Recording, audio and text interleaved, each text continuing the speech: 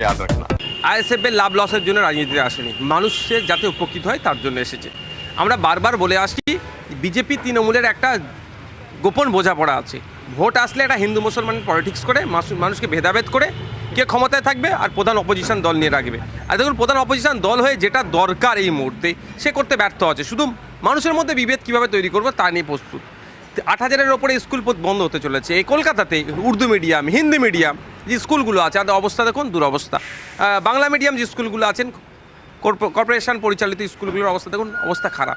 এই নিয়ে কোনো চর্চা নেই, আলোচনা নেই, শুধুমাত্র হিন্দু মুসলমান করার চেষ্টা করছে। আর সংখ্যালঘুরা 2021 সালে এই যে বাইনারিকে বুঝতে পারেনি। যত দিন যাচ্ছে পরিষ্কার হয়ে যাচ্ছে যে বিজেপি আর তৃণমূল একে অপরের পরিপূরক। সুতরাং সংখ্যালঘুদেরকে ভুল বুঝিয়ে আর নতুন করে ভোট নিতে পারবে না। শওকত মোল্লা দাবি করছে যে ভাঙড়ে আইএসএফ হারবে, 240-এর বেশি আসন পাবে তৃণমূল।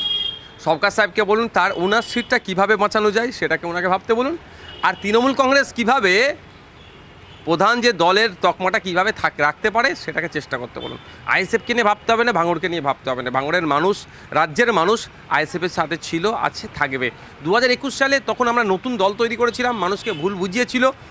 আমাদের অনেক অন্যান্য কমিউনিটির মানুষ আমাদের পাশে ছিল না, বা সংখ্যালঘু মানুষরাও সেইভাবে আমাদেরকে গ্রহণ করেনি। যত দিন যাচ্ছে বাংলার মানুষের জন্য লড়াই আমি বিধানসভার মধ্যে করছি। বিধানসভার মধ্যে ফেক ST/SC সার্টিফিকেটের নিয়ে আমি কথা বলছি, ওবিসি সার্টিফিকেটের নিয়ে কথা বলছি, মাইনরিটিদের কথা বলছি, মেজরিটিদের কথা বলছি, জঙ্গলমহলে হাতির আক্রমণের বিরুদ্ধে কথা বলছি, সুন্দরবনের মানুষের কথা বলছি, চা বাগানের মানুষের কথা বলছি।